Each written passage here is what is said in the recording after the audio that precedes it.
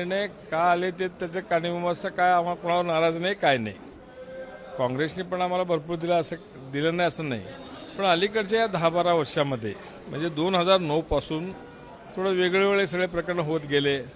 आम्हाला ज्याप्रमाणे ताकद भेटला पाहिजे ताकद भेटत नव्हती आणि कार्यकर्त्यांना त्रास होऊ लागला. या 11-12 वर्षामध्ये सगळे कार्यकर्ते मला आग्रह करू लागले. मी म्हटलं माझं काय ना मला निवांत आहे, मी आता नाही असं कसं का, आम्ही 1 लाख लोक तुम्हाला मतदान केलेलं आहे, मग आमच्यासाठी तुम्ही काहीतरी निर्णय घ्यायला पाहिजे. असं 6 महिन्यापासून कंटिन्यू माझ्या पाठीमागे आहेत लोक. मग त्यांना विचारलं काय करायचं सांगा.